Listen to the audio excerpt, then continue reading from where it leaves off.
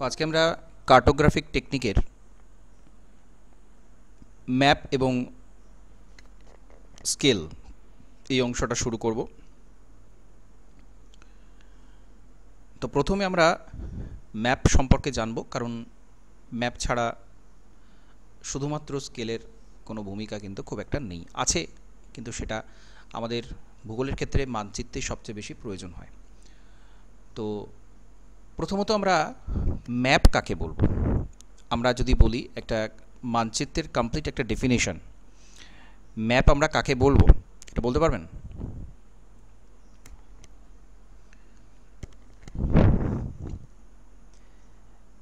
Map আমরা তাকেই বলবো যেটা কোনো একটা পৃথিবীর কোনো একটা স্থানের বা সমস্ত পৃথিবীর লৈখিক উপস্থাপনা থাকবে এবং তার সাথে থাকবে একটা নির্দিষ্ট স্কেল এবং একটা নির্দিষ্ট অভিক্ষেপ। অর্থাৎ যদি স্কেল এবং প্রজেকশন না থাকে তাহলে আমরা কিন্তু সেটাকে ম্যাপ বলবো না। কোনো একটা এলাকার যদি আমরা বলি এটা ম্যাপ, ওই ম্যাপ, সেই ম্যাপ, কিন্তু তার মধ্যে যদি স্কেল না থাকে, অ্যাটলিস্ট স্কেল তার মধ্যে থাকতেই হবে, না হলে কিন্তু সেটাকে আমরা ম্যাপ বলবো না, সেটাকে আমরা বলবো স্কেচ, সেটাকে বলবো স্কেচ। আর যখন অভিক্ষেপ থাকবে এবং নির্দিষ্ট স্কেল থাকবে তখনই আমরা তাকে বলবো একটা সম্পূর্ণ মানচিত্র। বিভিন্ন ভূপৃষ্ঠের উপাদান, সেটা প্রাকৃতিক হতে পারে, সাংস্কৃতিক হতে পারে, সেই উপাদানকে নির্ভুলভাবে যথাযথভাবে দেখানোর জন্য কিন্তু মানচিত্রটা আবশ্যিক। যে কোনো মানচিত্রই হোক না কেন সেটা কোনো না কোনো অভিক্ষেপের ওপর এবং একটা স্কেল তারকে কিন্তু অবশ্যই থাকতে হয়। তো একটা কমপ্লিট ম্যাপের, একটা আদর্শ মানচিত্রের কি কি অংশ থাকে সেটা সবচেয়ে প্রথমে গুরুত্বপূর্ণ। কি কি কম্পোনেন্ট একটা ম্যাপের মধ্যে থাকবে?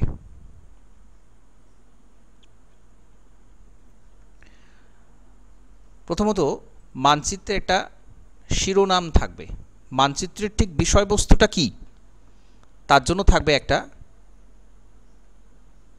টাইটেল, মানচিত্রের শিরোনামের একটা টাইটেল থাকবে, একটা স্কেল থাকবে, অবশ্যই একটা স্কেল থাকবে। স্কেল বিভিন্ন রকম হতে পারে, রৈখিক হতে পারে, বর্ণনামূলক হতে পারে, অথবা ভগ্নাংশ সূচক হতে পারে। তিন ধরনের স্কেলই হতে পারে, যে কোনো এক প্রকার থাকতে পারে বা একসাথে অনেকগুলোও থাকতে পারে। থাকবে একটা ম্যাপ প্রজেকশন, অভিক্ষেপ, ত্রিমাত্রিক বস্তুকে দ্বিমাত্রিক তলে উপস্থাপনার পদ্ধতি,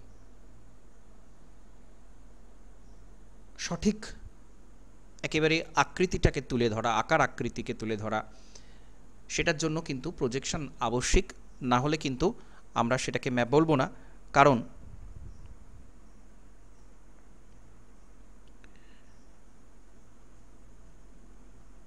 আমরা একটা জিনিস মাথায় রাখতে হবে, আমরা কিন্তু সবসময়তেই আমাদের পৃথিবী সেটা একটা ত্রিমাত্রিক বস্তু, 3 ডাইমেনশনাল, কারণ তার দৈর্ঘ্য আছে, প্রস্থ আছে, তার সাথে আছে উচ্চতা। তো আমরা যদি প্রজেকশন না করি তাহলে কিন্তু আমরা একটা জিনিস নেগলেক্ট করে দিচ্ছি, সেটা হচ্ছে উচ্চতা। উচ্চতা অনুযায়ী কিন্তু সেটা সঠিক হয় না।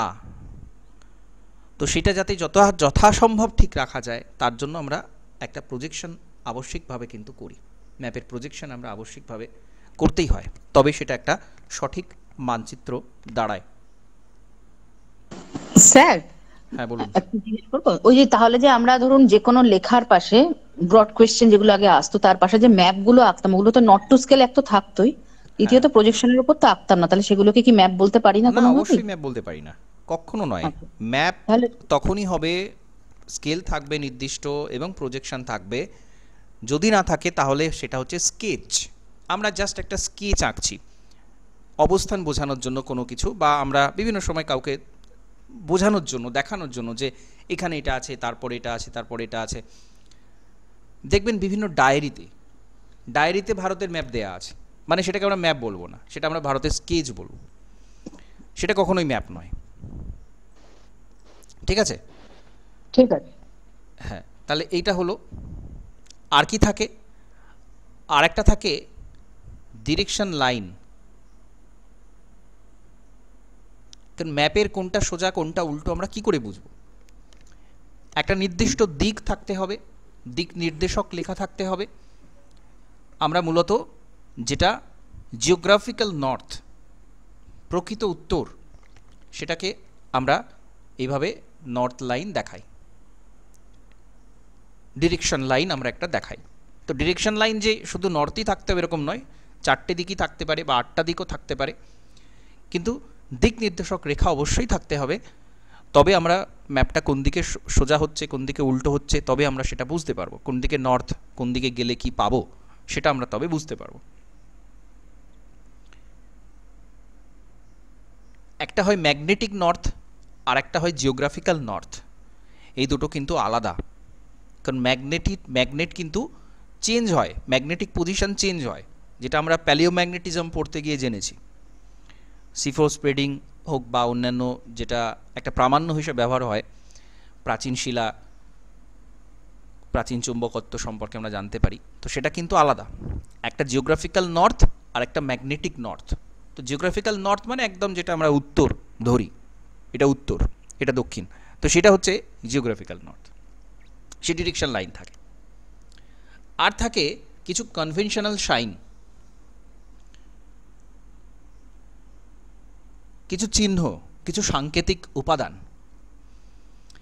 এটা আমরা একটা আদর্শ মানচিত্রের কথা বলছি। সাংকেতিক উপাদান সবসময় যে থাকতেই হবে এরকম নয়, যেটা খুব ডিটেল ম্যাপ নয় বা খুব অল্প পরিসরে আমরা অনেক কিছু দেখাচ্ছি না, সেখানে হয়তো সাংকেতিক চিহ্ন নাও থাকতে পারে, কিন্তু এটা একটা গুরুত্বপূর্ণ অংশ, সাংকেতিক চিহ্ন বা কনভেনশনাল সাইন্স। প্রচলিত প্রতীক চিহ্ন আমরা বলি, যেমন আমরা টোপোশিটের ক্ষেত্রে বলি যে প্রচলিত প্রতীক চিহ্ন সমূহ, সেই চিহ্নগুলো কিন্তু এর মধ্যে থাকে।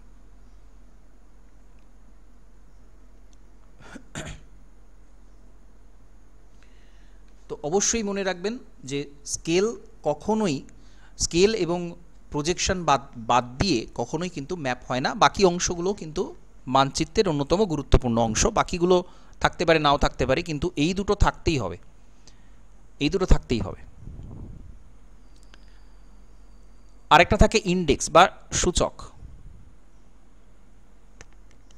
সাংকেতিক চিহ্নগুলো যথাযথ ব্যাখ্যা এখান থেকে আমরা পাই।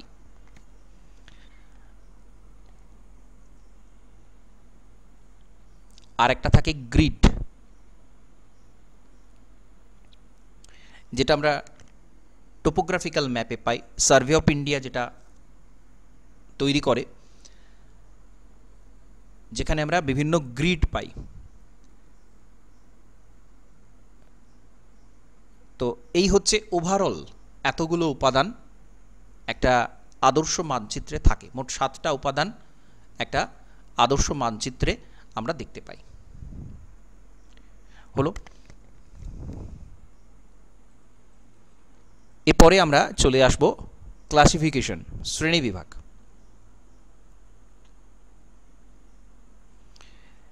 মানচিত্রের শ্রেণীবিভাগ আমরা মূলত দুটো ভাগে ভাগ করতে পারি, দুভাবে করতে পারি। একটা হচ্ছে স্কেলের ভিত্তিতে,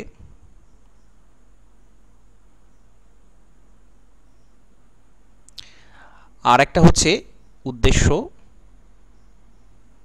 বা বিষয়বস্তু।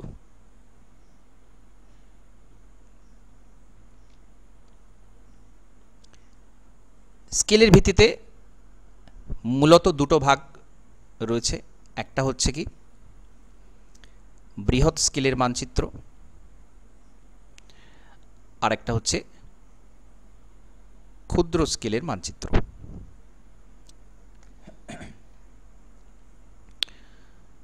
ক্ষুদ্র স্কেলের মানচিত্র আবার দুটো ধরনের হয়,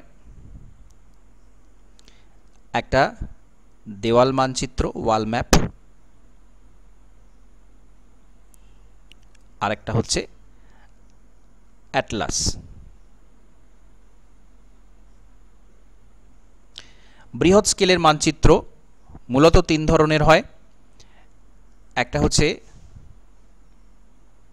টোপোগ্রাফিক্যাল ম্যাপ, আর একটা হচ্ছে মৌজা ম্যাপ বা যেটাকে আমরা ক্যাডাস্ট্রাল ম্যাপ বলি, আর একটা হচ্ছে প্ল্যান। এগুলো সব বৃহৎ স্কেলের মানচিত্র। ছোট কোনো একটা এলাকা দেখানোর জন্য বৃহৎ স্কেলের মানচিত্র ব্যবহার করা হয়, আর বড় এলাকা দেখানোর জন্য ক্ষুদ্র স্কেলের মানচিত্র প্রয়োজন হয়। তাহলে এইটা স্কেলের ভিত্তিতে আমরা বলতে পারি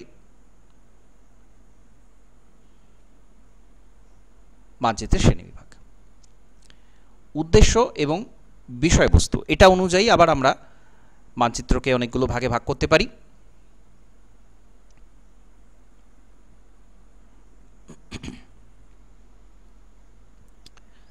একটা প্রাকৃতিক মানচিত্র বা ফিজিক্যাল ম্যাপ,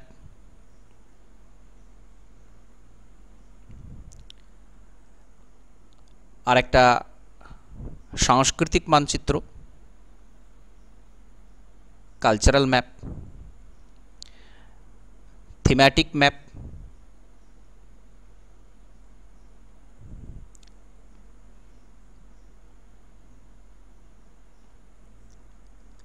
সাধারণ মানচিত্র, সাধারণ উদ্দেশ্যমূলক বা জেনারেল পারপাস,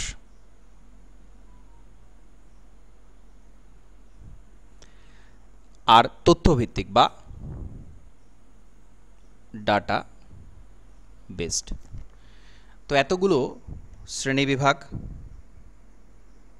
রয়েছে ম্যাপের। তো এগুলো আমরা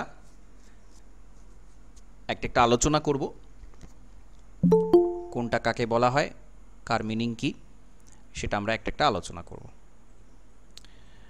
তো বৃহৎ স্কেলের মানচিত্র, যেটা একটু আগেই বলছিলাম যে খুব ছোট এলাকা দেখানোর জন্য আমরা বৃহৎ স্কেলের মানচিত্রকে ব্যবহার করি, যেটা একটা ছোট এলাকার ডিটেল উপস্থাপনা আমরা এখান থেকে পাই।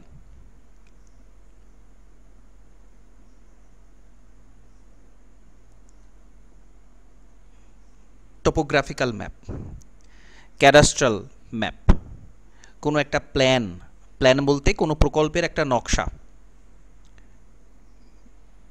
কোনো একটা প্রকল্প, কোনো একটা এলাকাতে একটা প্রকল্প, একটা প্রজেক্ট হাতে নেওয়া হয়েছে, সেটা মানচিত্র উপস্থাপনা।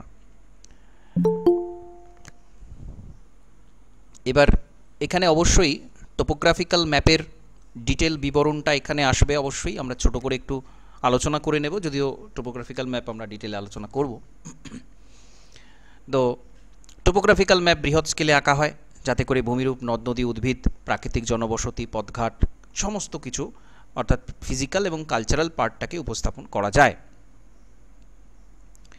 এবার এগুলো আলাদা আলাদা স্কেল রয়েছে। 1:250,000, 1:50,000, 1:25,000, এরকম বিভিন্ন রকমের আলাদা আলাদা স্কেলে প্রকাশ করা হয়। এটা নিখুঁতভাবে জরিপ করার পরেই কিন্তু তথ্যের ভিত্তিতে এটা আঁকা হয়।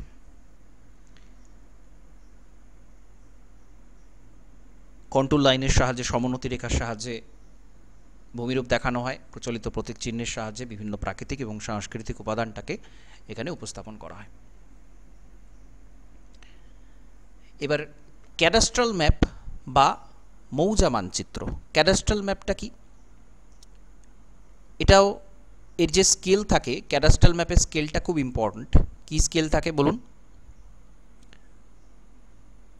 1:50,000 না, 16 ইঞ্চিতে 1 মাইল। 3960 থাকে স্যার, 1:3960। হ্যাঁ, এটাকে আমরা যদি আরএফ স্কেলে নিয়ে যাই তাহলে 3960, 1:3960। বা 16 ইঞ্চিতে 1 মাইল।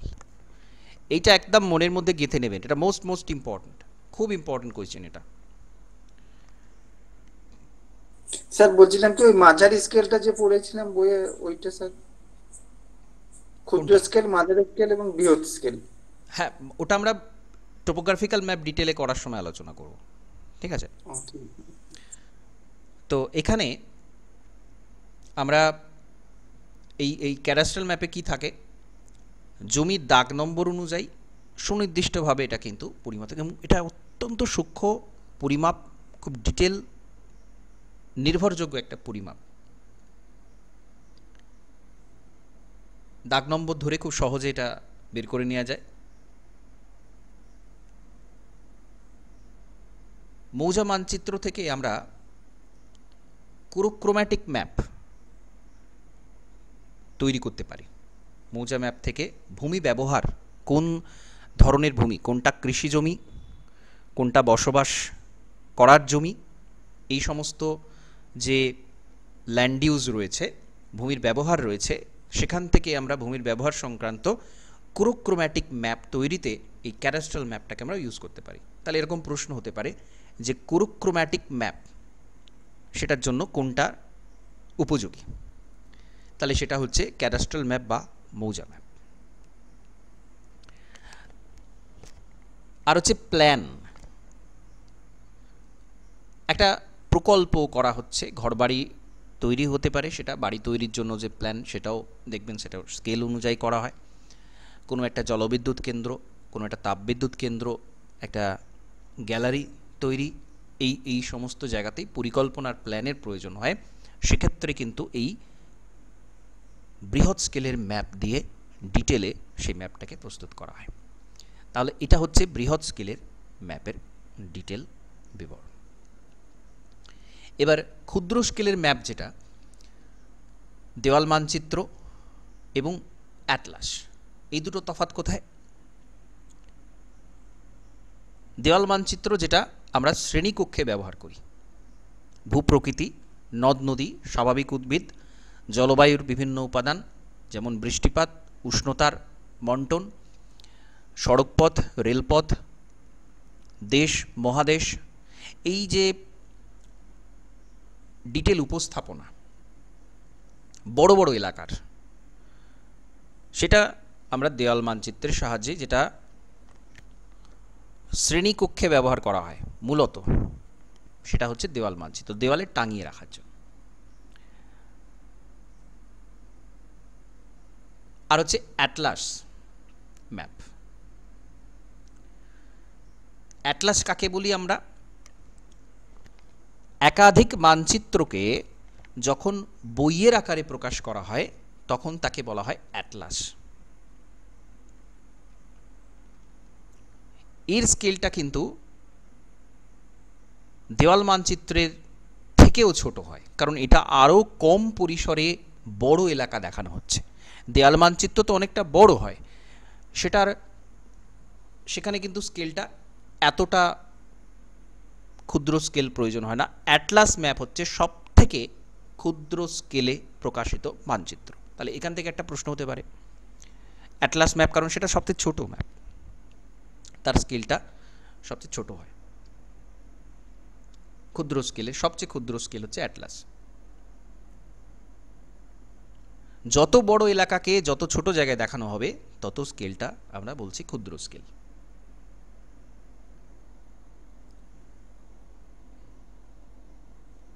এটা হলো। এবার এই উদ্দেশ্য বা বিষয়বস্তু অনুসারে যে ম্যাপগুলো শ্রেণীবিভাগ, সেটা আমাদের জানতে হবে। প্রথম হচ্ছে ফিজিক্যাল, প্রাকৃতিক মানচিত্র। প্রাকৃতিক মানচিত্র কাকে বলবো আমরা? খুব সাধারণভাবে ভূপ্রকৃতি, নদ নদী, মৃত্তিকা, স্বাভাবিক উদ্ভিদ, জলবায়ু, এই সমস্ত প্রাকৃতিক উপাদান যখন মানচিত্রে উপস্থাপন করা হচ্ছে তখন তাকে বলা হচ্ছে প্রাকৃতিক মানচিত্র। সাংস্কৃতিক মানচিত্র কোনটা? যখন গ্রামীণ বসতি, পৌর বসতির বণ্টন, পরিবহন ব্যবস্থা, পরিবহন সংক্রান্ত বিভিন্ন রকম প্রবাহ চিত্র, যত রকমের সাংস্কৃতিক বিষয়বস্তু হয় সেটাকে উপস্থাপন করাকে বলা হচ্ছে কালচারাল ম্যাপ।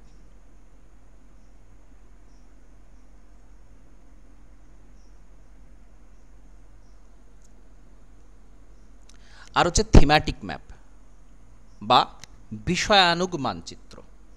থিম, থিম মানে হচ্ছে বিষয়। আমরা বলি থিম কথাটা আমরা প্রচুর ব্যবহার করি, তো থিম মানে হচ্ছে বিষয়, কোনো একটা পার্টিকুলার বিষয়বস্তু।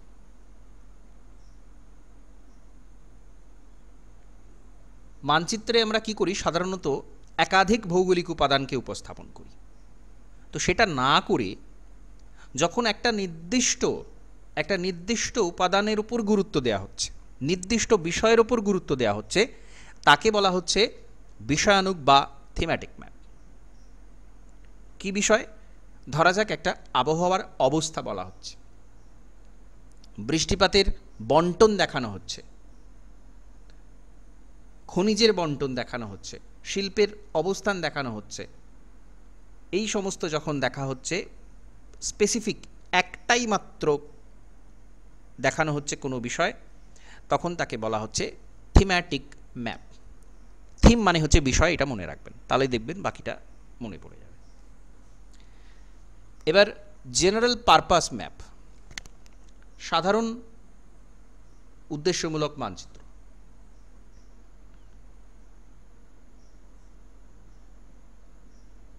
এখানে কি করা হয়,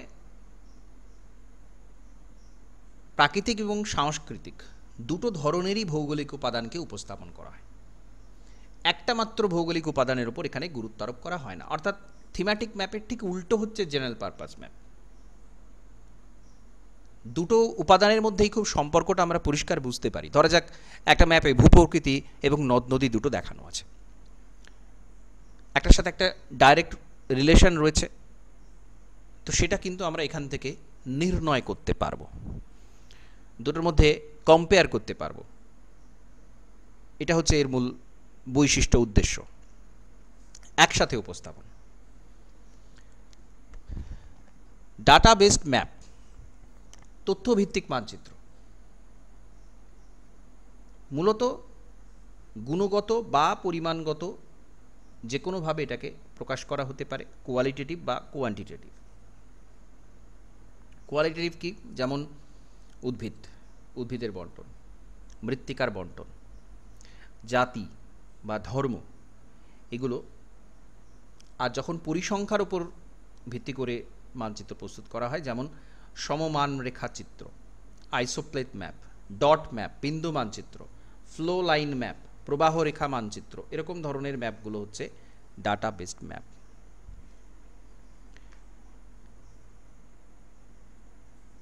তো এগুলো খুব গুরুত্বপূর্ণ। এবার এর মধ্যে কিছু টার্ম রয়েছে যেটা আমাদেরকে একটু মনে রাখতে হবে, যেমন হচ্ছে কোরোক্রোম্যাটিক ম্যাপ, যেটা বললাম সেটা বিষয়টা কি? স্যার, ভূপৃষ্ঠের বিভিন্ন উপাদানগুলো যখন নানা বর্ণের মাধ্যমে চিত্রায়ন করা হয়, বিভিন্ন রঙের মাধ্যমে, বিভিন্ন রঙের মাধ্যমে যখন ল্যান্ড ইউজ ম্যাপ, ভূমি ব্যবহার মানচিত্র প্রস্তুত করা হয়, তাকে বলা হচ্ছে কোরোক্রোম্যাটিক ম্যাপ। মূলত জমির ব্যবহার দেখানো হয়, এখানে ভূমির ব্যবহার দেখানো হয়, এই জন্য এটাকে ল্যান্ড ইউজ ম্যাপও বলে। অর্থাৎ কোরোক্রোম্যাটিক ম্যাপকে আমরা ল্যান্ড ইউজ ম্যাপও বলতে পারি, যেটা মৌজা মানচিত্র থেকে প্রস্তুত করাটা সহজ।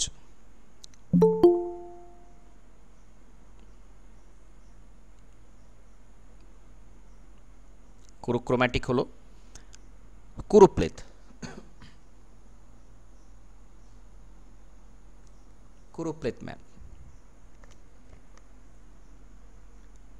একটা মানচিত্র যেখানে কোনো বিষয়ের বন্টন বা ঘনত্ব বিভিন্ন শেডের মাধ্যমে দেখানো হচ্ছে, তাকে বলা হচ্ছে কোরোপ্লেট ম্যাপ।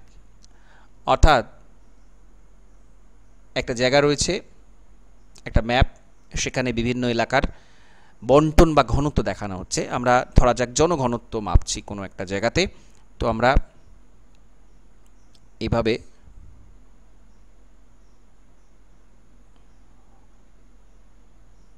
ঘনত্বটা কিভাবে বোঝাই, ধরা যাক এটা সবচেয়ে কম ঘনত্ব বিশিষ্ট এলাকা, দ্বিতীয় সবচেয়ে ঘনত্ব বিশিষ্ট এলাকা হচ্ছে এইটা,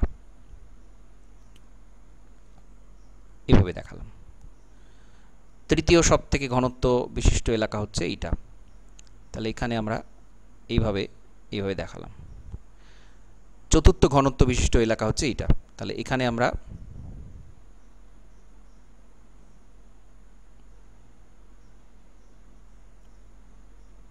এইভাবে দেখালাম।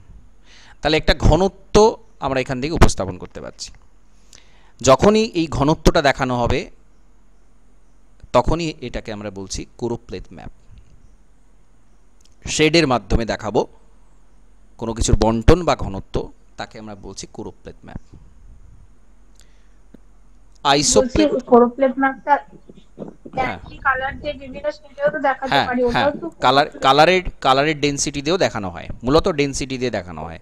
একটা খুব লাইট কালার, কিন্তু সেম কালার ইউজ করতে হয় এখানে। একটা খুব লাইট, সেখান থেকে আস্তে আস্তে ডিপ কালার হচ্ছে, সেটা দিয়েও বোঝানো হয়। তাহলে তো এই দুই ভাবেই আমরা দেখাতে পারি কোরোপ্লেথ হ্যাঁ, ম্যাপটা। আইসোপ্লেথ ম্যাপ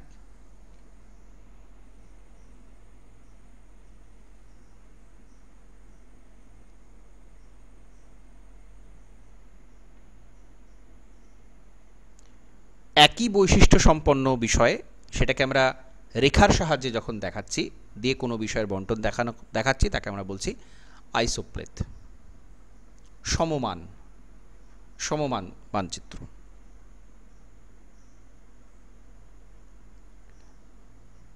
আরেকটা হচ্ছে, একটা কোরোক্রোম্যাটিক হলো, আরেকটা হচ্ছে কোরোস্কেম্যাটিক।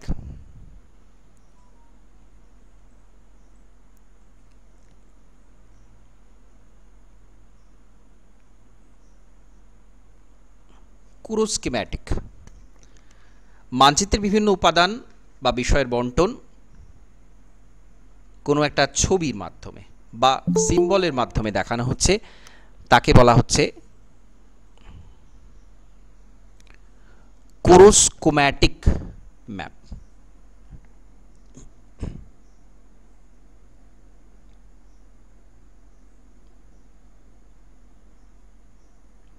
হলো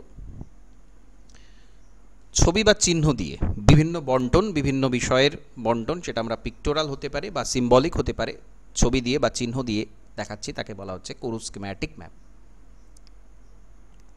আরেকটা হচ্ছে থিম্যাটিক, যেটা পার্টিকুলার কোনো একটা নির্দিষ্ট থিমকে জড়িয়ে, সেটা হচ্ছে থিম্যাটিক ম্যাপ। তাহলে এটা হচ্ছে ম্যাপ সংক্রান্ত যাবতীয় বিষয়।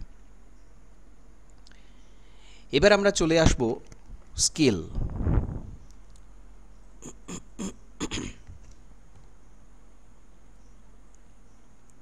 স্কেল বা ম্যাপ স্কেল। স্কেল বলতে পরিমাপ যন্ত্রকে বোঝায়, কোনো রুলার হতে পারে, দাড়িপাল্লা হতে পারে, জরিপ কাজ, যত রকমের জরিপ কাজ হচ্ছে স্কেল ছাড়া হয় না। কিন্তু আমরা জিওগ্রাফির ক্ষেত্রে স্কেল বলতে ম্যাপের স্কেলকেই বুঝিয়ে থাকি।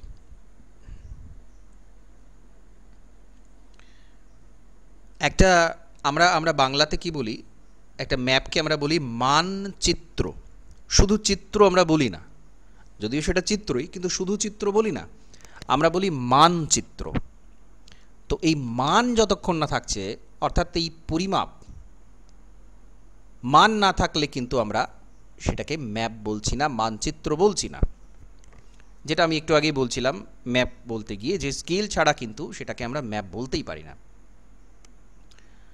তার মানটা বজায় রাখতে পারি, তার স্ট্যান্ডার্ডটা বজায় রাখতে পারি, এবং মাপটা, এখানে মান মানে কিন্তু মাপও বোঝাচ্ছে, তো মাপটা আমরা সঠিক রাখতে পারি, সেটাকেই বলা হচ্ছে স্কেল। এবার আমরা যদি এক কথায় বলতে চাই, তাহলে বলবো যে স্কেলের প্রয়োজন কেন হচ্ছে। একটা ম্যাপ আমরা করব, কিন্তু স্কেল কেন আবশ্যিক? স্কেল ছাড়া কি আমরা ম্যাপ করতে পারবো না? কেন আমরা স্কেল করব, এটা বলুন তো। স্কেলের কি প্রয়োজন আছে? আদৌ কি প্রয়োজন আছে স্কেলের?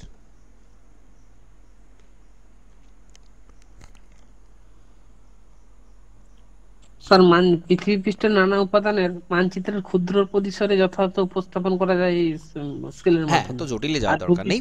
কথাটা হচ্ছে ভূপৃষ্ঠ আমরা তো যে ভূপৃষ্ঠটাকে দেখাচ্ছি সেটা তো আমরা কাগজের মধ্যে ঢোকাতেই পারবো না।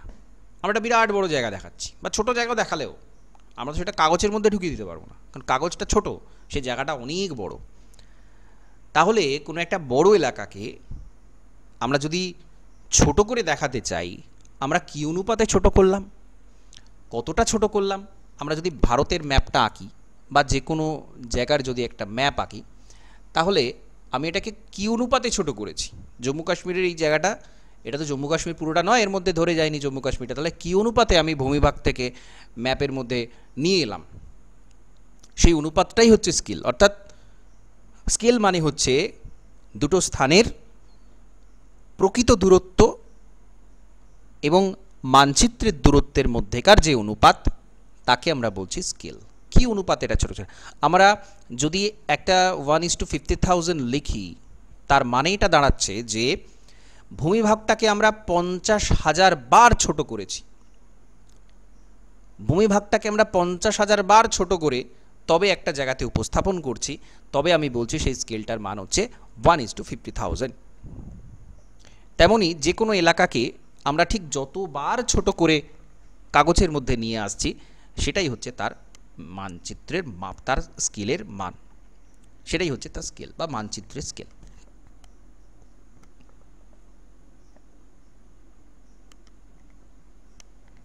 তাহলে স্কেল আমরা বলতে পারি মানচিত্রের দূরত্ব বাই ভূমিভাগের দূরত্ব।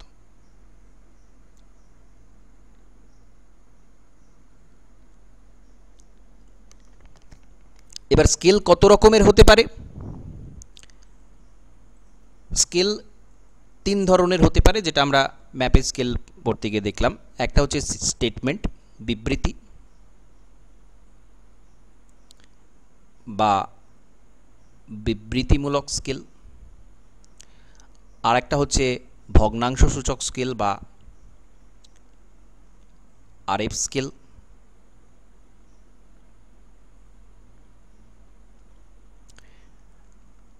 আর একটা হচ্ছে গ্রাফিক্যাল স্কেল বা যেটাকে আমরা বলি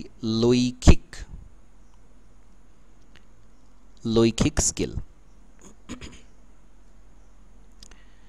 এবার বিবৃতিতে জাস্ট বিবৃতি বলা হয় যে 2 সেন্টিমিটারে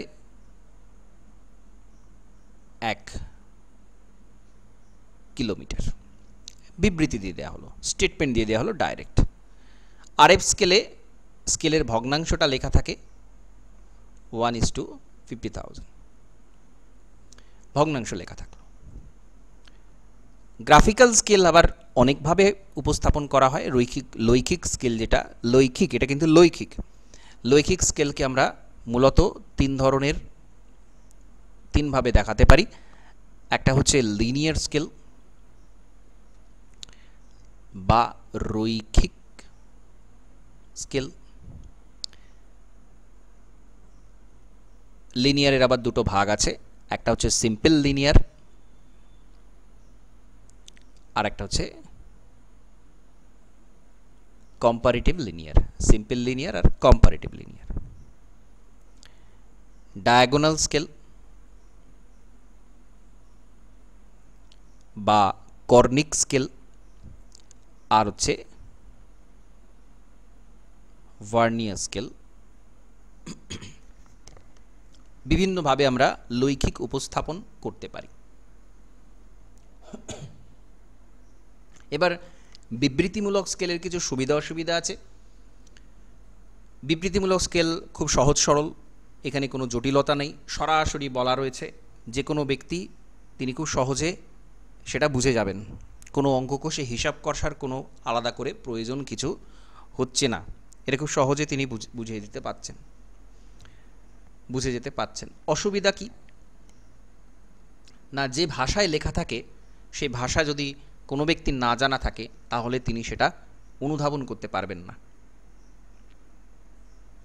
আবার তিনি পরিমাপের যে একক ব্যবহার করেন, যদি সেই এককের সাথে এই একক না মেলে, অর্থাৎ তিনি হয়তো ইঞ্চে ব্যবহার করছেন মাইলে ব্যবহার করছেন, তাহলে তিনি তার সাথে মিলবে না, তখন আবার সেটাকে কনভার্ট করতে হবে, সিজিএস পদ্ধতি থেকে এপিএস পদ্ধতিতে নিয়ে যেতে হবে, যেটা আর একটা সমস্যা, বা এপিএস থেকে সিজিএসে নিয়ে যেতে হবে।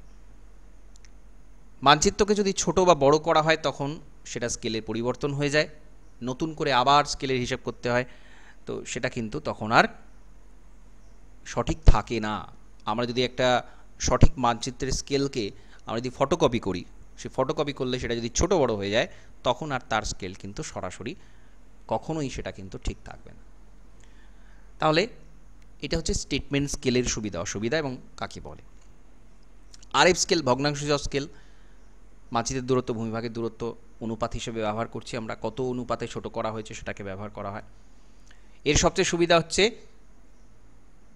এর কোনো একক নেই, যে কেউ ব্যবহার করতে পারে এটা।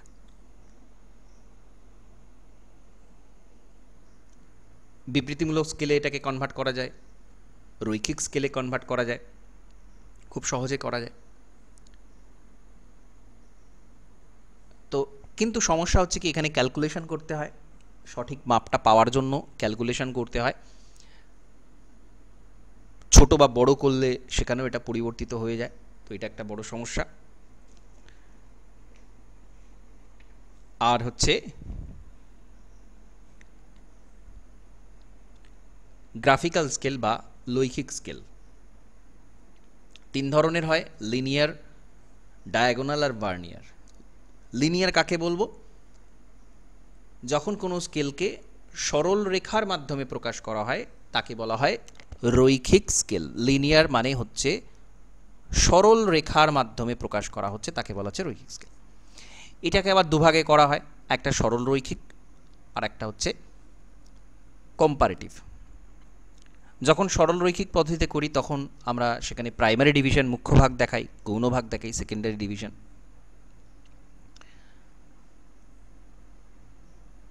মুখ্য ভাগ কতগুলো নির্দিষ্ট সমান অংশে ভাগ করা হচ্ছে সরল রেখাকে, এবং সেই মুখ্য ভাগটাকে আবার যখন ভাগ করা হচ্ছে তখন তাকে গৌণ ভাগ বলা হয়। মুখ্য ভাগের বাঁ দিকের যে অংশ সেটা সবসময় গৌণ ভাগ থাকে। তো আমরা জানি একটা লিনিয়ার স্কেল, মুখ্য ভাগ এটা, এবং তার মধ্যে আমরা যখন ভাগ করছি বাম দিকে তখন আমরা সেটাকে বলছি গৌণ ভাগ। একটা মুখ্য ভাগ সবসময় গৌণ ভাগের দৈর্ঘ্যের সমষ্টি হয়ে থাকে, গৌণ ভাগ যোগ করলে আমরা মুখ্য ভাগ পাই। এবার এই রৈখিক স্কেলের কিছু সুবিধা অসুবিধা আছে। মানচিত্র যখন ছোট বড় করা হয় তখন মানচিত্রে যে স্কেলটা রয়েছে সেটা আনুপাতিক হারে ছোট বা বড় হয়ে যায়। ধরা যাক আমরা একটা ফটোকপি বের করছি, কোনো কিছু ফটোকপি বের করছি, তো এটা করা আছে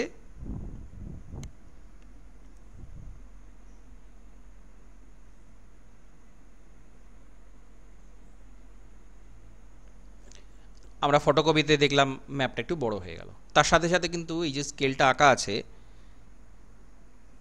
এই স্কেলটাও কিন্তু বড় হয়ে যাবে, বা ছোট করলেও ছোট হয়ে যাবে। তাহলে এটা একটা সুবিধা রয়েছে, সামঞ্জস্য হয়ে যায়, অ্যাডজাস্টমেন্ট অটোমেটিক্যালি হয়ে যায়।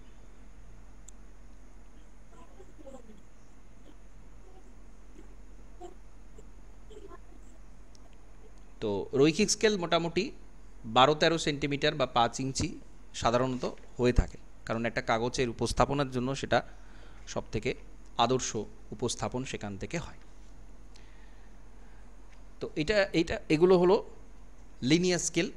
এবার কম্পারেটিভ কখন হয়? যখন আমরা একটা সিজিএস পদ্ধতিতে আর একটা এপিএস পদ্ধতিতে পরিমাপ করি তখন কম্পারেটিভ স্কেলটাকে আমরা দেখাই।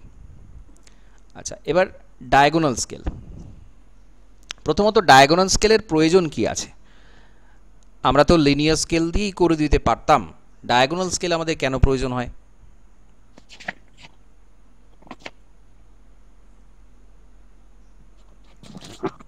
কেন প্রয়োজন হয় ডায়াগোনাল স্কেল? স্যার, সূক্ষ্মাতি সূক্ষ্ম ভগ্নাংশের দৈর্ঘ্য পরিমাপ করতে কতটা এই সূক্ষ্ম? স্কেল ব্যবহার করে। কতটা সূক্ষ্ম? সূক্ষ্মাতি সূক্ষ্ম মানে কতটা সূক্ষ্ম? সূক্ষ্মের অতি সূক্ষ্ম, অ্যাকচুয়াল কতটা? প্রাইমারি ডিভিশনের 100 ভাগের 1 ভাগ সূক্ষ্ম। প্রাইমারি ডিভিশনের 100 ভাগের 100 1 ভাগ। ভাগের 1 ভাগ, হ্যাঁ। হ্যাঁ, তার মানে দাঁড়াচ্ছে কি, আমরা দশমিকের পর যদি একটা মান নিই তাহলে সেটা কিন্তু আমরা খুব সহজে লিনিয়ার স্কেল দিয়ে নিতে পারবো, কিন্তু দশমিকের পর আমরা যদি দুটো মান নিতে চাই তখন কিন্তু সঠিকভাবে লিনিয়ার স্কেলে নেওয়া সম্ভব হয় না, তখন কিন্তু আমাদের ডায়াগোনাল স্কেলে চলে আসতে হয়। দশমিকের পর দুটো মান আমরা সঠিকভাবে এখানে কিন্তু নিতে পারি, তখন আমরা এই ডায়াগোনাল স্কেলটাকে ভাগ করছি।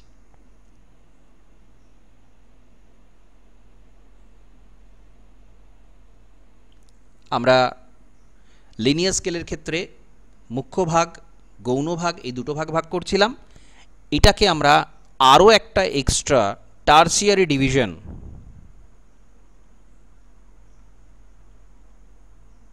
আর একটা ভাগ কিন্তু আমরা করতে পারছি, প্রগৌণ ভাগ।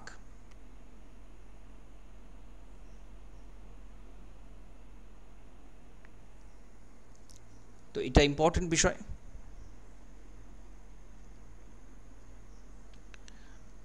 মূলত আমরা যখন কোনো ছোট এলাকার খুব ডিটেল ম্যাপটাকে মাপি, যেমন ধরা যাক একটা মৌজা মানচিত্রে একটা জমির প্লটের অংশটা দেয়া রয়েছে, তো জমির মাপ খুব সূক্ষ্ম হওয়াটা প্রয়োজন হয়, তখন কিন্তু আমাদের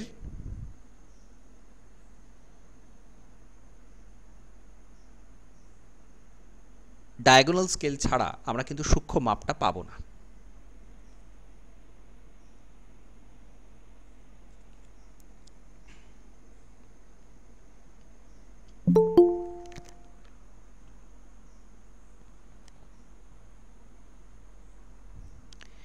এবার হচ্ছে ভার্নিয়ার স্কেল।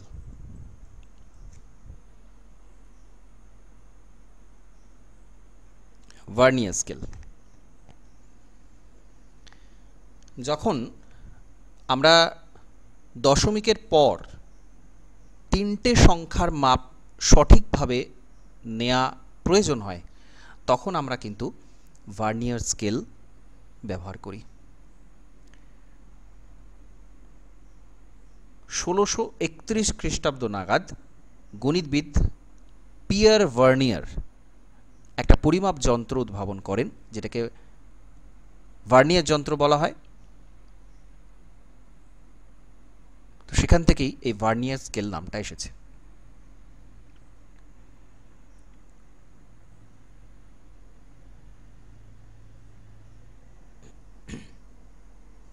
তো ভার্নিয়ার স্কেলের কিছু ব্যবহার রয়েছে। ভার্নিয়ার স্কেল কোথায় কোথায় প্রয়োজন হয়? Transit theodolite, sextant, planimeter, sliding caliper, Abney level, এই সমস্ত জায়গাতে ব্যারোমিটার, এইসব জায়গাতে কিন্তু ভার্নিয়ার স্কেলের প্রয়োজন হয়।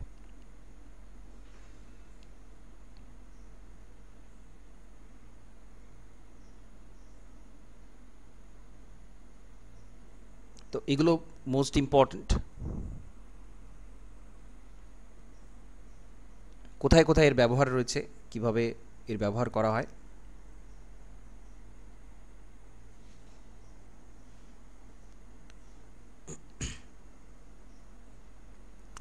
এবার এখানে একটা প্রশ্ন হবে যে ভার্নিয়ার স্থিরাঙ্ক কাকে বলা হয়? তো মূল স্কেলের ক্ষুদ্রতম ভাগের দৈর্ঘ্য আর ভার্নিয়ার স্কেলের ক্ষুদ্রতম ভাগের দৈর্ঘ্য, এর মানের যে পার্থক্য সেইটাকে বলা হয় ভার্নিয়ার স্থিরাঙ্ক, vernier constant, D minus V. মূল স্কেলের ক্ষুদ্রতম ভাগের দৈর্ঘ্য আর ভার্নিয়ার স্কেলের ক্ষুদ্রতম ভাগের দৈর্ঘ্যের যে পার্থক্য তাকে বলা হয় ভার্নিয়ার কনস্ট্যান্ট।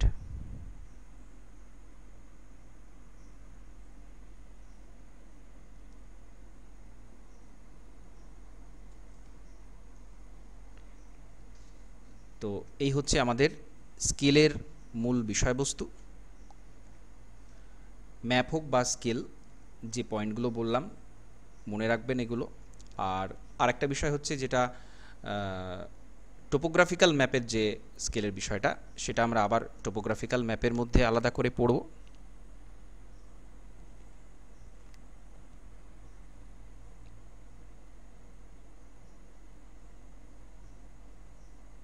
স্যার, বলুন।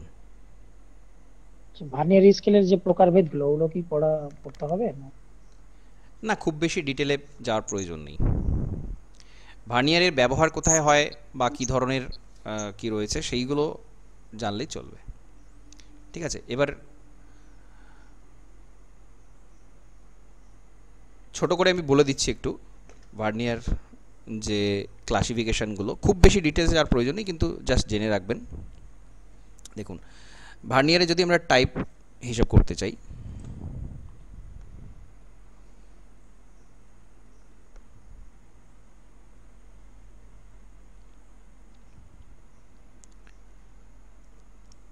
একটা হচ্ছে ডাইরেক্ট ভার্নিয়ার যে নীতি, ভার্নিয়ার প্রিন্সিপাল অনুযায়ী একটা হচ্ছে ডাইরেক্ট ভার্নিয়ার, আর একটা হচ্ছে রেট্রোগ্রেড বা নেগেটিভ ভার্নিয়ার। এই দুটো ভাগ রয়েছে। তো ডাইরেক্ট ভার্নিয়ারের ক্ষেত্রে কি হয়, মূল স্কেল আর ভার্নিয়ার স্কেলের যে মাত্রা সেটা 0 থেকে শুরু হয় এবং কোনো একটা দিকে বাড়তে থাকে, তাকে বলা হচ্ছে পজিটিভ ভার্নিয়ার বা ডাইরেক্ট ভার্নিয়ার। 0 দাগটা একটা তীর চিহ্ন থাকে এবং সেখান থেকে মাপটা শুরু হয়, কোনো একটা পার্টিকুলার দিকে মানটা থাকে। ঠিক আছে, অর্থাৎ ভার্নিয়ার স্কেলে কীরকম হয়, নিচে একটা মেন স্কেল থাকে, ধরা যাক মেন স্কেলটা এরকম 1 ইঞ্চি 2 ইঞ্চি এরকম রয়েছে, আর ওপরে মুভেবল ভার্নিয়ার যে পার্টটা সেটা থাকে। ভার্নিয়ার স্কেলের মানটা এরকমভাবে কাটা থাকে। তো এটা যখন এই 0 একদিকে এখানে 0 থাকছে, একদিকে 0 থাকছে, তারপরে 5 10 এরকমভাবে বাড়ছে।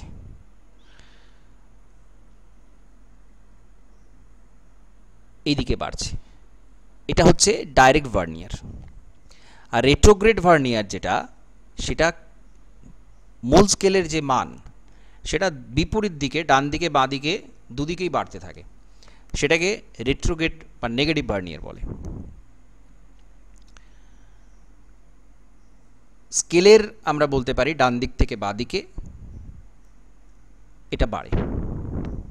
অর্থাৎ নেগেটিভ ভার্নিয়ারের ক্ষেত্রে উল্টো জিনিসটা হয়, এরকম মূল স্কেলটা থাকছে, তার উপরে ভার্নিয়ারের যে মান সেটা এই দিকে থাকে 0, তারপরে এইদিকে 5 10 এরকমভাবে বাড়তে থাকে, অর্থাৎ ডান দিক থেকে বাম দিকে এইভাবে বাড়তে থাকে। ঠিক আছে, এটা আমি ভার্নিয়ারের দিকটা দেখালাম। মেন স্কেলের যে দিক সেটা কিন্তু এই দিকেই থাকে, অর্থাৎ এখানে 1 ইঞ্চ 2 ইঞ্চ 3 ইঞ্চ এদিকে থাকে, কিন্তু ভার্নিয়ার এদিক যে মাপটা সেটা কিন্তু উল্টো দিকে থাকে, এই জন্য এটাকে নেগেটিভ ভার্নিয়ার বলা হচ্ছে, রেট্রোগ্রেড ভার্নিয়ার বলা হচ্ছে। তাহলে এটা হচ্ছে ভার্নিয়ার প্রিন্সিপাল অনুযায়ী কীরকম নীতিতে স্কেলটাকে বানানো হয়েছে সেটা অনুযায়ী ভার্নিয়ারের দুটো টাইপ। এবার ব্যবহারের ধরন অনুযায়ী ভার্নিয়ার 3টে হয়। একটা হচ্ছে ডাবল ভার্নিয়ার,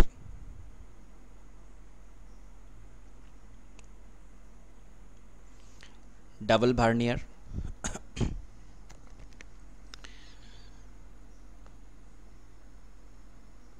একই সাথে বাম দিকে এবং ডান দিকে বা পার্টটা নেয়ার জন্য মূল স্কেলের মাঝখানে,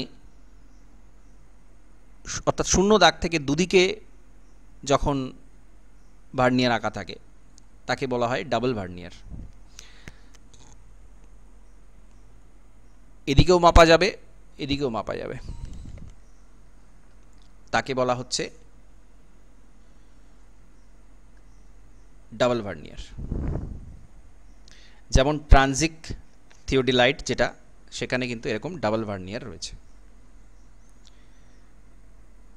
আরেকটা হচ্ছে এক্সটেন্ডেড ভার্নিয়ার,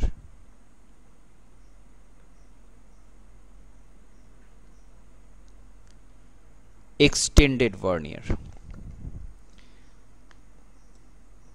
মূল স্কেলের যে ঘর তার যে দৈর্ঘ্য সেটার তুলনায় ভার্নিয়ার স্কেলের দৈর্ঘ্য সেটা অনেক বেশি হয়। ঠিক আছে, ভার্নিয়ার স্কেলটা ওপরের যে স্কেলটা সেটা অনেক বেশি বড় হয়, এক্সটেন্ডেড ভার্নিয়ার বলে। অ্যাভনি লেভেল, সেক্সট্যান্ট এরকমে এই এক্সটেন্ডেড ভার্নিয়ার, বর্ধিত ভার্নিয়ারটা ব্যবহার করা হয়। আর একটা হচ্ছে ডাবল ফোল্ডেড ভার্নিয়ার। ছোট যন্ত্রের ক্ষেত্রে যেখানে খুব অল্প পরিসর থাকে সেখানে এই যেটা ডাবল ভার্নিয়ার সেটাকে খুব ছোট জায়গাতে আঁকা হয়, অর্ধেক করে আঁকা হয়, তাকে ডাবল ফোল্ডেড ভার্নিয়ার বলে। ছোট জায়গার জন্য অর্ধেক করে আঁকা হয়, দুদিকে দুটো, সেই জন্য এটাকে আমরা বলছি ডাবল ফোল্ডেড। ঠিক আছে, ট্রানজিট থিওরিলাইট সেখানে এই ধরনের ভার্নিয়ার ব্যবহার করা হয়। ঠিক আছে, ডাবল ফোল্ডেড ভার্নিয়ারটা ডাবল ভার্নিয়ারেরই একটা অংশ, একটা মূল স্কেলকে আমরা অর্ধেক অর্ধেক করে দেখাচ্ছি ছোট জায়গার জন্য, তাকে বলা হচ্ছে double folded. Double vernier double ফোল্ডেডটা একই, এক্সটেন্ডেডটা হচ্ছে বড় হয়, ভার্নিয়ারের অংশটা অনেক বেশি বড় হয়। আর ডাইরেক্টটা হচ্ছে সোজা একদিকে যাবে, ডান দিকে শূন্য থেকে বাম দিকে শুরু করে ডান দিকে যাবে, আর নেগেটিভ উল্টো দিকে যাবে, ডান দিক থেকে বাম দিকে। ঠিক আছে, এই হচ্ছে ভার্নিয়ারের ক্লাসিফিকেশন। ওকে,